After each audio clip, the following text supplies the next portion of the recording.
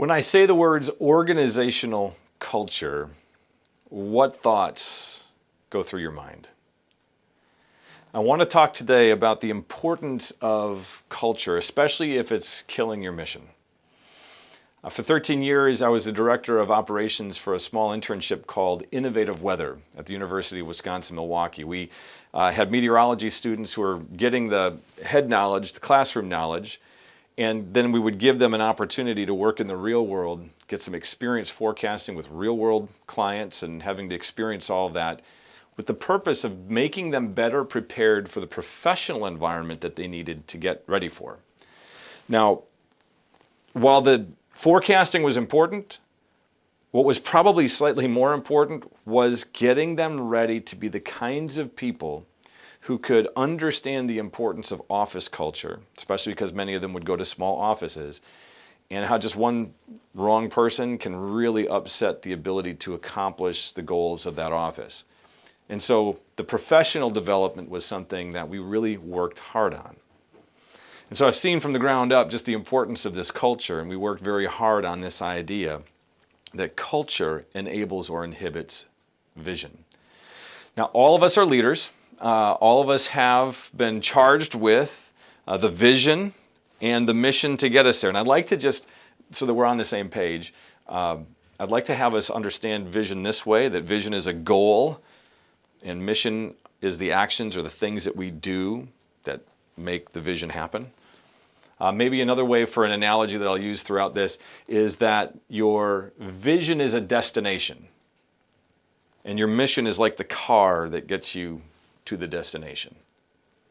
And with that idea in mind, culture is the oil in the engine that gets that car moving forward. I think it's that important. Culture enables or inhibits the vision. Now that then begs the question, how do we define culture? Where does it come from? And I like to think about it this way, that culture comes from repeated words and repeated actions over a period of time. It's simple as that. Repeated words, repeated actions over a period of time. Now, all of us have a culture. I have a culture, you have a culture, your family has a culture, our organizations, our churches have cultures that enable or inhibit certain visions from happening. And the challenge that I've found with culture is that most of us don't know where it came from. It's oftentimes not something that was intentional. In fact, especially if you've been any kind of a startup, you just do everything you can to survive. In fact, I work in the church world now. Sometimes, Christmas time, you're just doing everything you can to survive. But when that happens, repeated words and repeated actions come up, and culture just kind of happens. Sometimes it's good, sometimes it's not, but we don't think intentionally about it. And what happens then is that those words and actions, they form or they reinforce attitudes and behaviors in our people, in ourselves and in our people. A healthy culture is like new oil in the engine. You turn it on, it purrs, it runs, you can get to where you need to go. It enforces and aligns our mission and our values. It continues to reinforce integrity. And it clarifies what actions and words that we value, that we celebrate. An unhealthy culture will show up as a gap between what we say is important and what actually is important. And that gap is what we want to be able to wrestle with, those words and actions that are creating a hindrance from us getting to our destination. It's a lot like an engine with no oil in it. If you've ever had that experience, all of a sudden the engine seizes up and it could possibly total the entire engine with no oil in it. You might have a great looking car sitting at the side of the road that will never get you to the destination.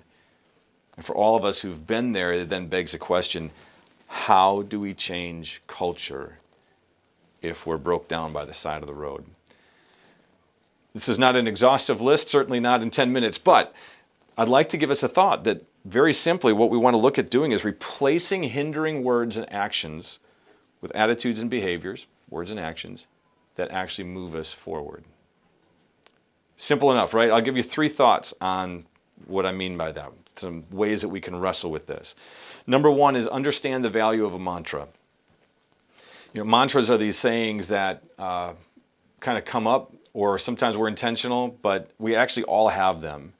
I'm an optimist, and so you're probably going to hear optimistic words pretty frequently from me. It starts to become a general mantra. Sometimes people can be cynical. You may know people like that. And so you kind of have this cynicism that starts to come, and you hear the way that they talk, and it almost becomes a mantra.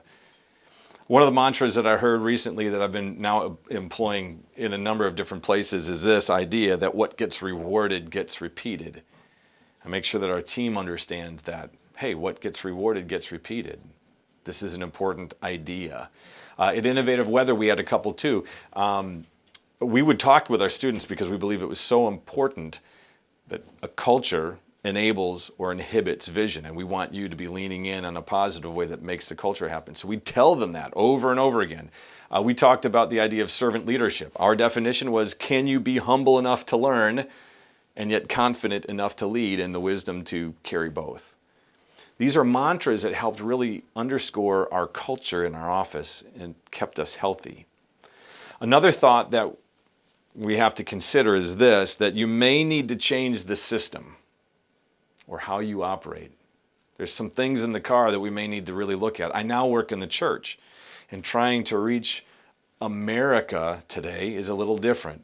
And so while the destination hasn't changed, make disciples of all nations, how we get there may change. The words and the actions that we say and do, we may need to examine those. There may be some things that we need to stop doing. So the system is something that we'll have to look at, because systems often drive our words and actions. And lastly, I like this one. It's probably the easiest and most fun. Reward what you want repeated.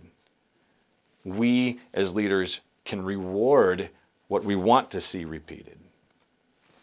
This talk and this idea really started in 2011. I heard Louis Giglio make this comment that culture creation is the job of jobs for us as leaders. It is one of the hardest things to do, and the job is never done.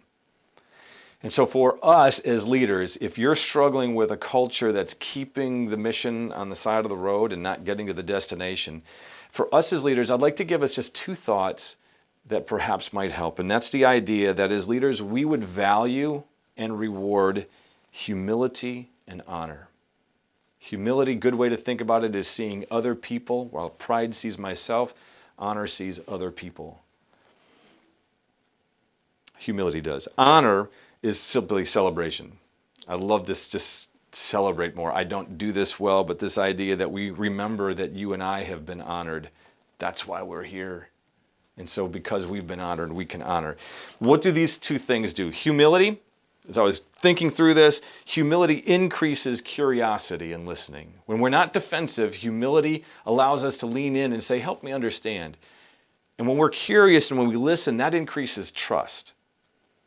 And when we increase trust between us and the other people around us, it increases safety for the people around us. When there's better safety, you're going to find that there's more honesty, which means more accuracy. When you start to see that increased confidence in the relationship, and ultimately it increases our alignment. Humility increases our alignment. When your culture aligns with your mission, it enables you to accomplish your vision at the highest level. Honor. Simply put, honor celebrates people. We celebrate the words and actions our people take to move the mission forward. When we celebrate people, we see people, we value people. When we increase value, we increase loyalty, and when you increase loyalty, you increase sustainability. And I love that picture that honoring or celebrating our people brings loyalty and unity by seeing the person behind the word and action, without whom we would never have this anyway. So I'll summarize it this way, that culture is the oil in the engine. If you want to think about it, it's the blood in the veins. It's what enables the mission to work and get us to that destination. And I'd like to say an unhealthy culture can be healed. Words, actions, attitudes, and beliefs can be changed. And I'd submit again this idea that words and actions that increase genuine humility and honor from us as leaders ultimately increases alignment and sustainability, which leads to a culture that enables the mission to accomplish the vision.